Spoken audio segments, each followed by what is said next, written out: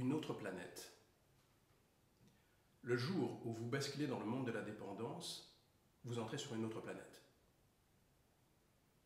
Vous devez revoir tout votre rapport à votre corps, à votre pudeur, à votre jardin secret.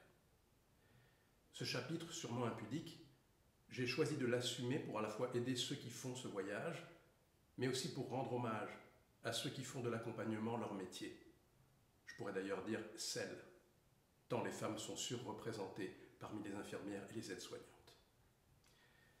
Mon premier contact avec cette planète était à l'hôpital pour la pose de ma première sonde gastrique. Une infirmière que je n'avais jamais vue entre dans ma chambre, baignée d'une chaleur matinale déjà étouffante de ce bâtiment vétuste de neurologie. « Monsieur Goua, c'est l'heure de la douche !» Sans un mot, je me retrouve en quelques minutes assis, nu, ma serviette sur les genoux, sur une chaise roulante en plastique, probablement achetée en seconde main en URSS. L'infirmière pousse avec peine mes 90 kilos. Les roues hurlent leur rage, dans un couloir où personne ne semble surpris de me voir déambuler en tenue d'Adam, tant ce balai matinal est bien rodé. Nous attendons en silence qu'un box se libère. Un vieux monsieur famélique sort, c'est à nous. Toujours sans un mot, l'eau jaillit et efface les traces d'une nuit trop chaude.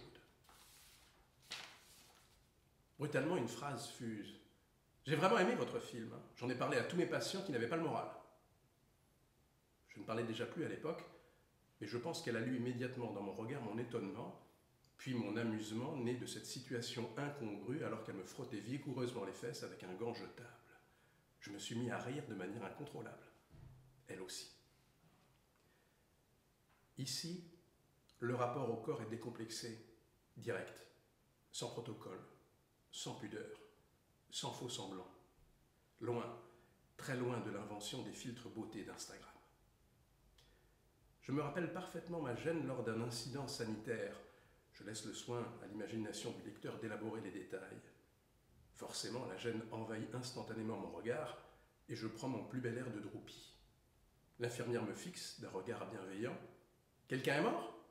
Non, bah alors on s'en fout. » Cette phrase, aux allures inoffensives, m'a incroyablement marqué. Elle résonne régulièrement en moi avec une puissance sans rapport avec sa simple syntaxe. Comme si je réalisais subitement que, quelles que soient les souffrances que m'imposait mon corps, la beauté était ailleurs.